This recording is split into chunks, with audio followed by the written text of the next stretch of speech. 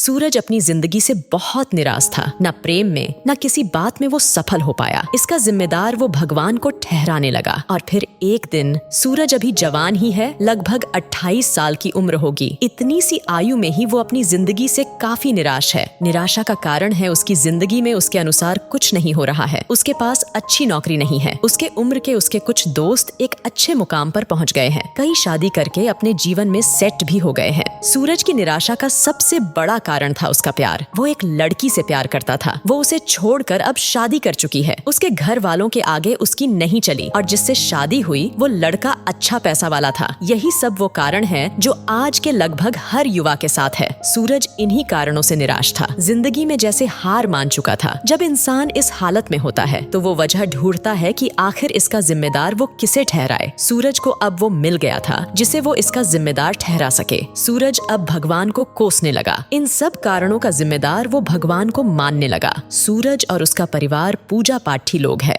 सूरज को लगा कि इतने सालों के उनकी इस पूजा का उसे कुछ लाभ नहीं मिला। उसने किसी का बुरा नहीं किया, कभी कोई बुरी संगत में भी नहीं पड़ा। फिर भी उसके साथ आखिर यह क्यों हुआ? आज उसने जो चाहा उसे कुछ नहीं मिला, न प्यार न अच्छी नौकरी। सूरज यह सब अभी तक अपने मन में दबा कर रख रहा था। लेकिन एक सुबह जब उसकी माँ सुबह पूजा पाठ कर रही थी, तभी उसका मन में दबाया हुआ निकलकर सामने आया। क्या होता है भगवान? कहाँ है भगवान? क्यों करती हो तुम रोज पूजा? क्या फायदा होता है इन सब से? क्या दिया है तुम्हारे भगवान ने हमें? माँ और पिता अपने बच्चे को अच्छे से समझते हैं। उन्हें पता था कि सूरज कुछ दिनों से परेशान है। अपनी इस परेशानी को कह भी नहीं पा रहा था। उसकी माँ और पिता ने उसे समझाया, लेकिन उस समय उसे कुछ नहीं समझ आ रहा था। सूरज उस दिन भी घर से निकला, फिर वही तलाश में, मन अशांत और यही दोहरा रहा था कि भगवान ने उसे कुछ नहीं दिया। वो लोकल ट्रेन में चढ़ा। काफी भीड़ थी उस ट्रेन में। उसमें उसे पता नहीं था कि उसके सभी सवालों के जवाब उसे मिल जाएंगे। सूरज का मूड खराब ही था। वो अपनी ही बातों में उलझा हुआ था। तभी उसका ध्यान डिब्बे में चल रही बातों पर गया। एक बुजुर्ग करीब 65 साल के एक बच्ची के साथ उस डिब्बे में थे। बच्ची करीब 7 साल की थी। बच्ची खिड़की पर बैठी आते जाते पेड़ देख रही थी। अभी तक सूरज ने उस बच्ची का मुंह नहीं देखा है। अक्सर सफर में लोग अपने सुख दुख साझा करते हैं। उसके दादाजी बता रहे थे कि वो हर जगह उनकी सामर्थ्य के अनुसार उस बच्ची को ले गए। उनकी पोती बोल नहीं सकती, ना ही सुन सकती है। उसके माता पिता एक एक्सीडेंट में चल बसे हैं। उस बच्ची का उसके दादा दादी के अलावा और कोई नहीं है। सूरज यह खड़ा खड़ा सब सुन रहा है। बुजुर्ग दादाजी अपनी कहानी सुना रहे थे। डब्बे में बैठे और खड़ा हर व्यक्ति उनकी बात सुन रहा था।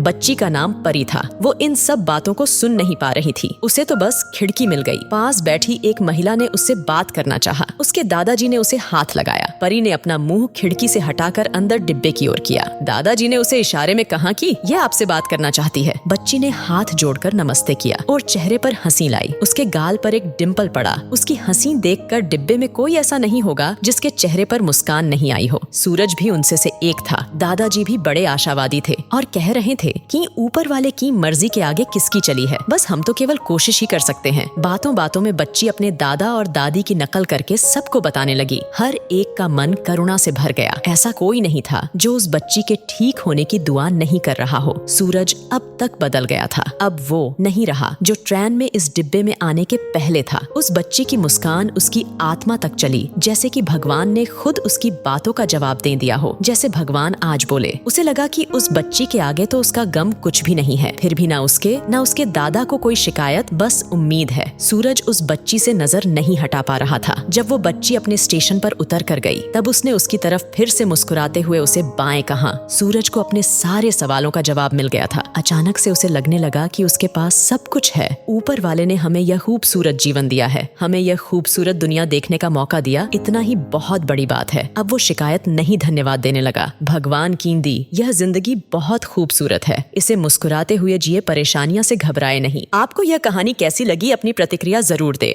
धन्यवाद।